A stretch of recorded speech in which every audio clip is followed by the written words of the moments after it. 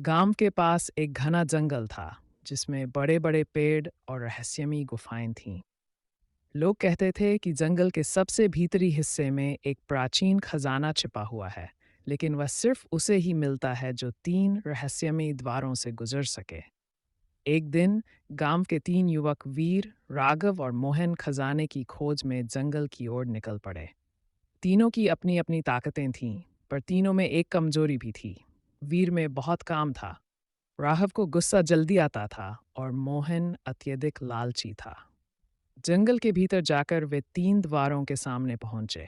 पहले द्वार पर लिखा था काम का द्वार। वीर सोचने लगा कि शायद उसे अपनी इच्छाओं का अनुसरण करते हुए ये द्वार पार करना चाहिए।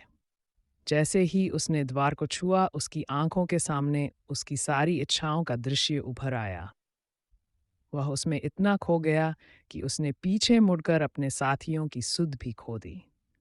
उसकी इच्छाओं ने उसे इतना जकड़ लिया कि वह आगे बढ़ ही नहीं पाया। राघव और मोहन ने उसे छोड़कर आगे बढ़ने का फैसला किया और दूसरे द्वार पर पहुंचे। इस पर लिखा था क्रोध का द्वार। जैसे ही राघव ने इसे छुआ, उसे जंगल के अंदर छिपे खतरों का आभास होने लगा। उसे लगा कि कोई उनके खजाने को छीनने आ रहा है। वह गुस्से में आकर चिल्लाने लगा और अपने साथी मोहन को भी दुश्मन समझने लगा। उसकी आंखों में अंधेरा छा गया और वह क्रोध में भटकते हुए जंगल में खो गया। अब मोहन अकेला रह गया था।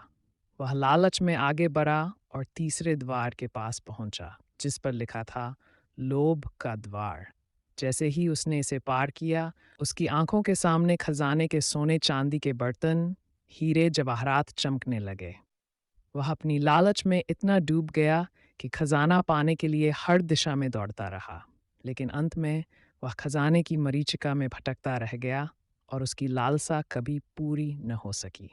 तीनों युवक खजाने की तलाश में निकले थे, परंतु काम, क्रोध और लोभ के जाल में फंसकर उसी जंगल में खो गए। खजाना सिर्फ एक परीक्षात्मक भ्रम था जो उन्हें उनकी कमजोरियों का एहसास दिलाने के लिए था।